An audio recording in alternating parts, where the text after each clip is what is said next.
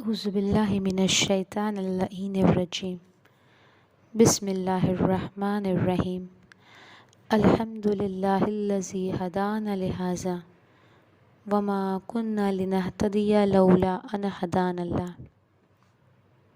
عزیزو، کل کی آیت سے، کل کے درس سے، جس میں ہم نے سورہ عنکبوت کی 16 اور 17 نمبر کی آیت کو دیکھا کہ جس میں خدا نے جناب ابراہیم کا ذکر کیا ہے، اور جناب ابراہیم کا ذکر کر کے خدا نے ہمیں یہ پیغام دیا ہے کہ ابراہیم کو دیکھو، ان کی قوم میں وہ صرف ایک ایسا فرد تھا جو مسلمان تھا، باقی سارے لوگ بت پرست تھے، لیکن تب بھی جناب ابراہیم دنیا سے نہیں ڈرے۔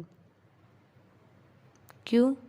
کیونکہ جناب ابراہیم کو مکمل بھروسہ خدا پر تھا، توکل تھا خدا پر، اور ایک اکیلے جناب ابراہیم، ایک اکیلا مسلمان ہے، جناب ابراہیم ایک اکیلے ہیں، لیکن اپنی قوم سے کہہ رہے ہیں کہ تم یہ بتوں کی پرستش کرتے ہو، لیکن تم بھی جانتے ہو کہ یہ بت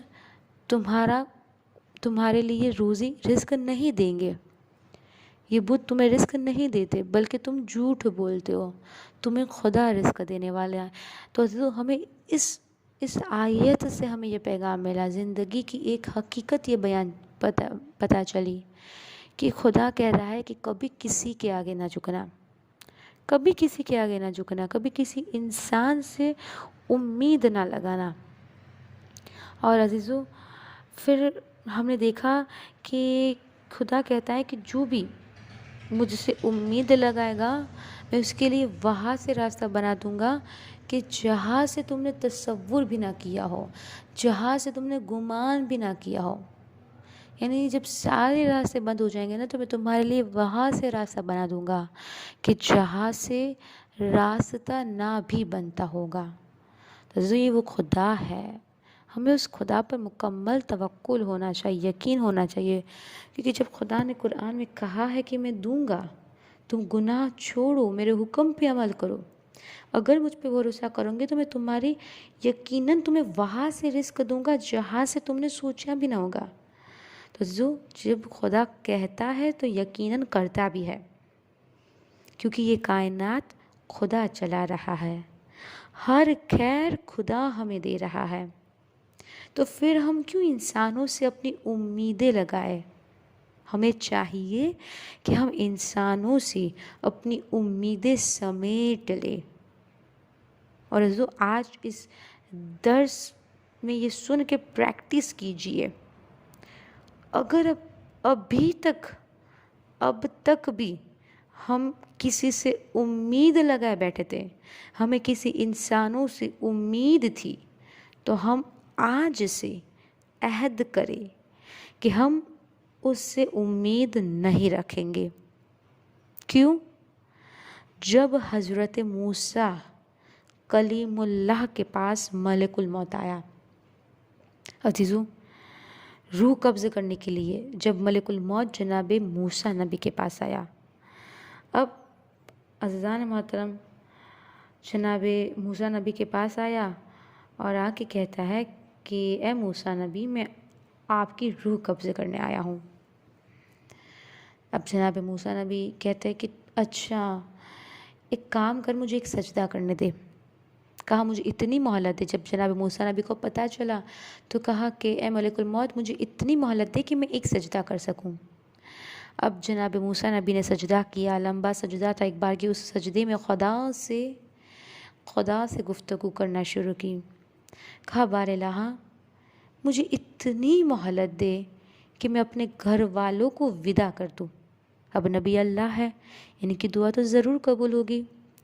اب خدا نے مہلت دی، ملک الموت سے کہا کہ کچھ دیر رک جاؤ۔ حضرت موسیٰ اپنے گھر گئے۔ ایک مرتبہ جناب موسیٰ کی والدہ زندہ تھی، اپنی ماں سے رخصت ہونے گئے، کہا کہ اماں، اب جناب موسیٰ نبی اپنی ماں سے گلے لپٹ کے کہتے ہیں، ماں میں سفر پہ جا رہا ہوں۔ ماں نے پوچھا کہاں جا رہے ہو بیٹا؟ کہا ماں میں سفر آخرت پہ جا رہا ہوں۔